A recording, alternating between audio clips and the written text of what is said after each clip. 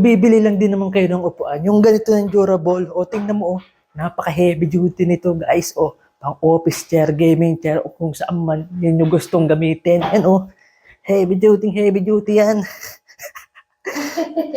At kung ito nga yung gagamitin mo sa office or kaya naman nagla-livestream kayo, mga gamer kayo, ayan, talagang very relaxing itong upuan. At talagang hindi siya nakakangalay sa pwets.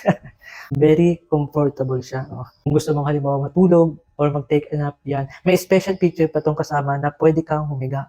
So, ang gagawin nyo lang, mayroon dito, yan, kung tinatawag nila is footrest. Yan. So, at the same time, yan, yan. Since nagagaya na siya, ayan, dito, meron ditong parang button, yan, ipupush mo lang siya and pwede mo na siyang i-recline. Ayun, di ba? So relaxing. After na nakakapagod na mga gawain, ayan, magti-take a nap lang dito. Grabe, yun. Talagang mga kapahinga. Tapos uunat-unat ka lang. At syempre, di ba, titingnan mo naman dito.